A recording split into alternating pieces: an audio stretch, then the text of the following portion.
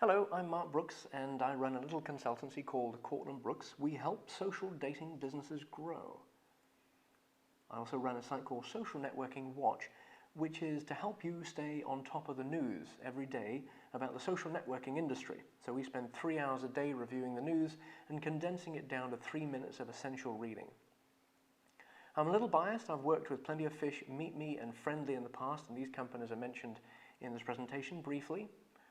We're going to cover what is social discovery, what are the types of social discovery, who some of the chief innovators are, who's making money, and where's the opportunities and money in the future. Let's start with a definition of social discovery. What's it all about? Really, I think key to social discovery is the word serendipity, and the best services really seek to bottle serendipity. VentureBeat had a definition of sorts. They said that services that help you find just about anything by using recommendations from your friends. This is what social discovery is about. I think it's just bottling the friendly referral. But there's more to think about here. Really, marketing is broken, advertising is broken, but there's a new kind of advertising that is emerging and central to the best monetized social discovery services. They're allowing people to advertise through friends of friends and really creating advertising as a service. I'll explain more later. Here are some examples of early social discovery services. They all have something in common. They all delight users at some level. They delight users from a pleasant surprise, from friendly referrals, or connections over commonalities. The best services drive meaningful interactions. They're rather like a good party with people that you know that are in similar spheres of influence and friendship. Meaningful interactions can come in the form of people to people, people with relationships to staff, people interacting with homes that they want to buy, people buying homes, for example. People can be interacting with music. These are all forms of meaningful interactions. So one way to consider the different forms of social discovery engines are by the result of the discovery, whether it be emotional or financial. Is the end result of the discovery a financial transaction? Or is there something more going on? Is there an emotional result? You can also characterize it by the nature of the discovery. Is it a product or a service that's involved? Or are humans at the core of the nature of the site? So I would argue that fancy is an interesting example because it really helps people get emotionally attached to products and services. It's introducing very unusual products. Airbnb is really financially motivated. Ultimately, people want to sell a room or an apartment, a space for a holiday perhaps. Meet Me is an example of an emotional human service, but then LinkedIn is also human, but the end result is some kind of financial business transaction typically. What are the types of social discovery? Broadly speaking, there are news social discovery services, and here's some examples. Flipboard site, you may be familiar with. Social discovery services can drive opportunity. LinkedIn is a fantastic example. Branch Out. Tianji in China is a standout LinkedIn type service. And in fact, I actually went on Branch Out and had a very interesting experience. I allowed it to connect with my friends and said, sure, go ahead and tell my friends about Branch Out. But then it included this text. Mark Brooks identified you as an expert in your field. Well, I didn't really. That's not quite what I did. I just wanted to tell them about the service. So they're very cheeky. And this is an example of bad behavior. Netflix is as an example. They allow people to see what their friends have watched recently via Facebook. Loom actually gathers ratings from various apps like iTunes, Netflix, and Hulu. And of course, travel is a deeply social experience. Airbnb has wish lists. Couchsurfing is another example. Let's have a look. And Airbnb actually took a kind of Pinterest type user interface Somebody described them as a National Geographic grade travel porn, but they have very strong wish lists. Here you can see, top right, for example, a friend of mine has saved this particular property as somewhere that he'd like to go. Well, that has my attention. That is more interesting to me because I can see he likes it and I trust his opinion. And here's couchsurfing, one of my favorite little sites. This allows people to go and crash on people's couches, and apparent strangers in many cases, but you can actually see how those people are possibly related to you. You can see if you've had friends. For example, look, Brad Twohig is friends with Noah Kagan, who's a friend of mine, Dennis Yu. So anywhere that, I trust his opinion, so if he's been to a particular place and crashed on a particular couch, being the guest of somebody, then that has more meaning to me.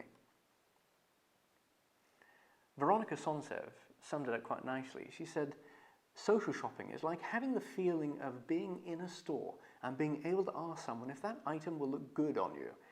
And that's the best of what social discovery is, I think, bottling the friendly referral.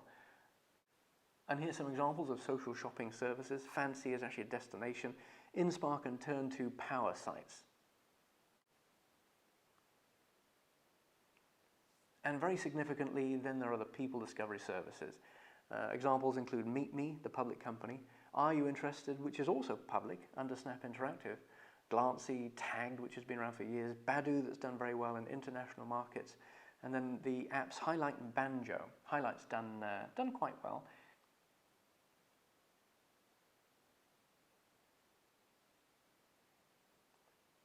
And here's an interesting analysis that was done a couple of years ago now. My Yearbook, which is now Meet Me, did a survey to see how do people use My Yearbook versus Facebook.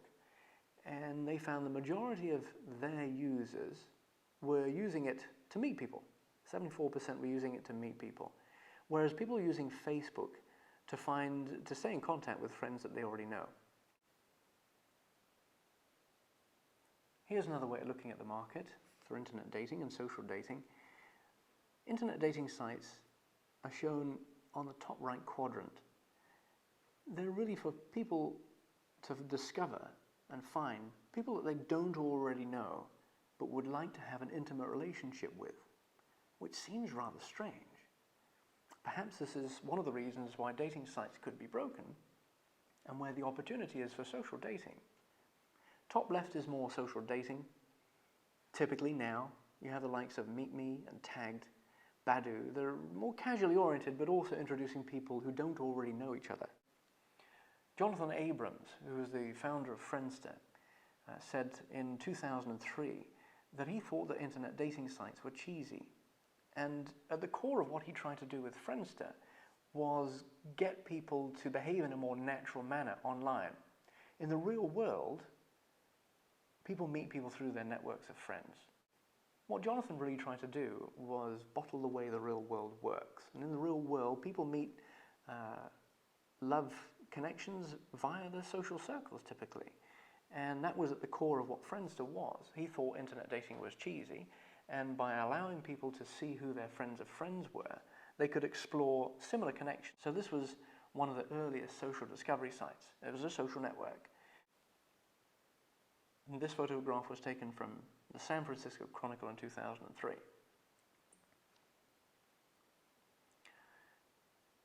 The problem with internet dating is people don't really know what they want, and they don't self-describe very well either. The best way of matching people, I think, are by observing their behaviors, because past behaviors are the best indicator of future behaviors. So if you see someone searching in a particular way, you know that's what they're really looking for, even if it is at odds with what they've said they're looking for in their profile. The way they're behaving is really what you should be observing for matching. And social discovery and social networking sites are superior to internet dating sites because at the end of the day, it's okay to stay after you've hooked up. That's very good for retention, of course. But the downside of people discovery is that you can't really hide. People on social discovery sites don't really have the ability to run away and hide like they do on an internet dating site. Internet dating sites enable privacy. So if someone goes on a date and they're not happy, they can hide effectively. And sometimes that can be a really good thing. Let's face it, sometimes it's good to be able to hide from your date when it didn't go so well. This following video defines Meet Me. It's a great video. All the people in the video are people who work as employees at Meet Me.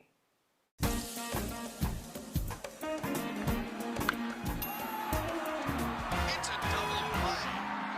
Hey, what's the score? None of your business. I only share with people I sort of knew in high school.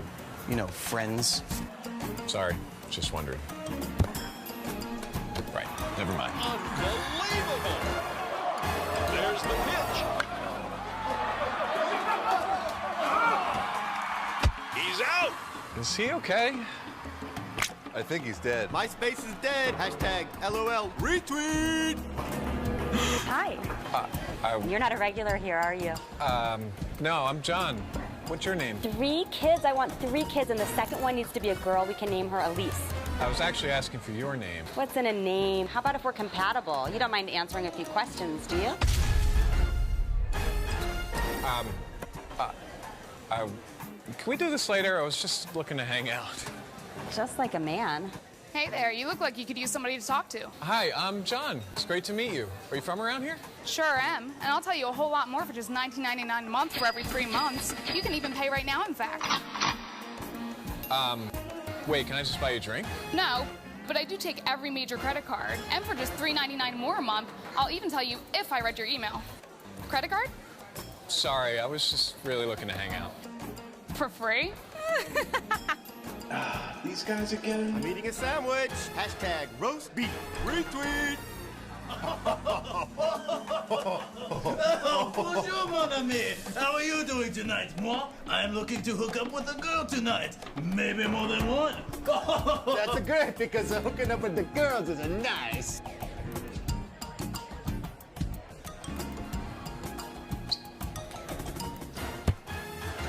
Can I get a beer? Me too, please. Hey, what's the score on the game? Yanks up 2-1, bottom of the 7th. Too bad. I just moved here from Boston. So you live around here now? Yeah, just around the block. I thought I'd come down here to just hang out for a while. Me too. You don't know how hard it is just to find someone who just wants to hang out anymore. That sandwich was awesome. Hashtag one another retweet. Actually, I do.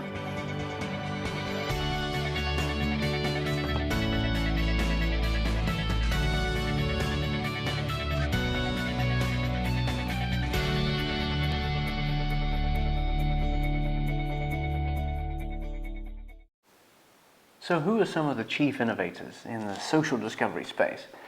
Well, I'd say Fancy.com deserves some of your attention.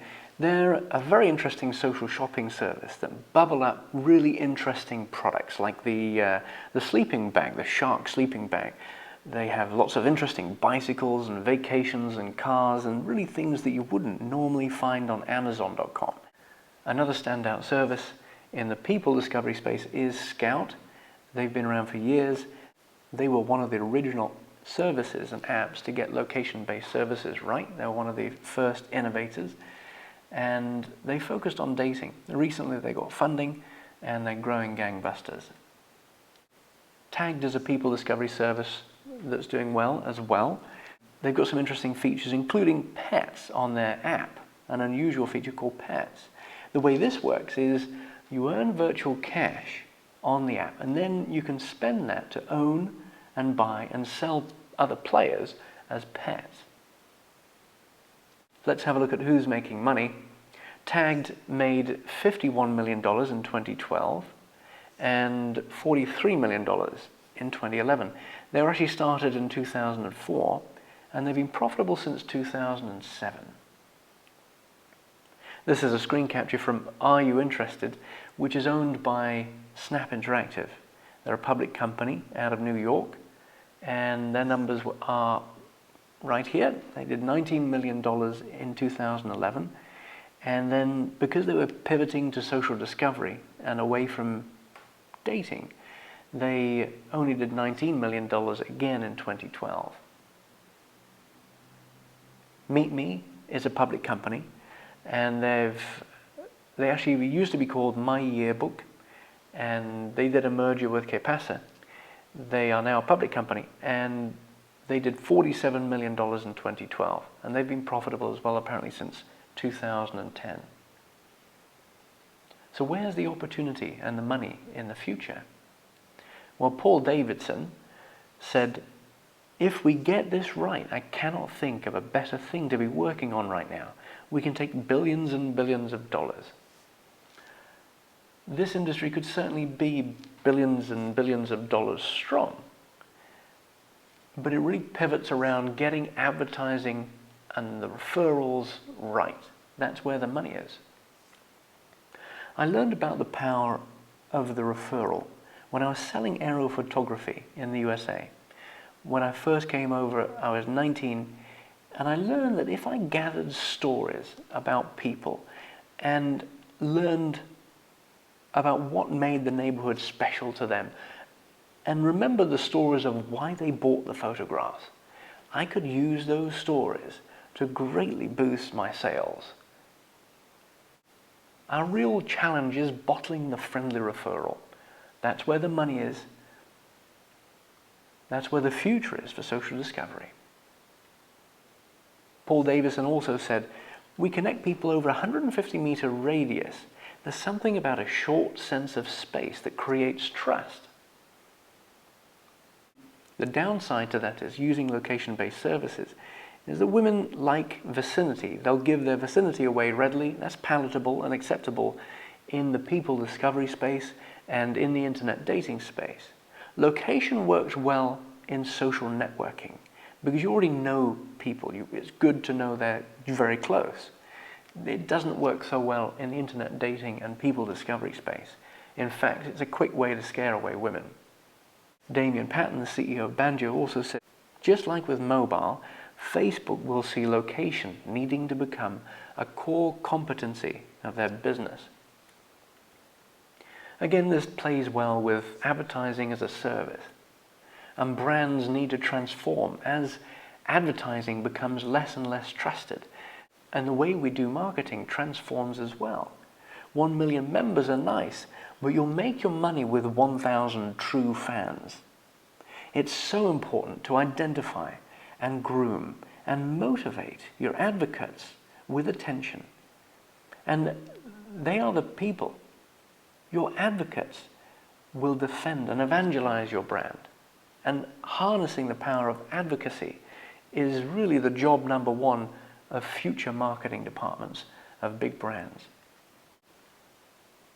I'm very excited about Google Glasses because I think it really brings together the best of what will be social discovery and the future of commerce and advertising as a service. It's local, it's live, and it will be very powerful and a huge influence on how we decide how we buy. It'll be very powerful in helping us form many of our decisions, especially our buying decisions in the future. I'm Mark Brooks with Cortland Brooks. We help social dating businesses grow. I appreciate your time. I hope this was useful.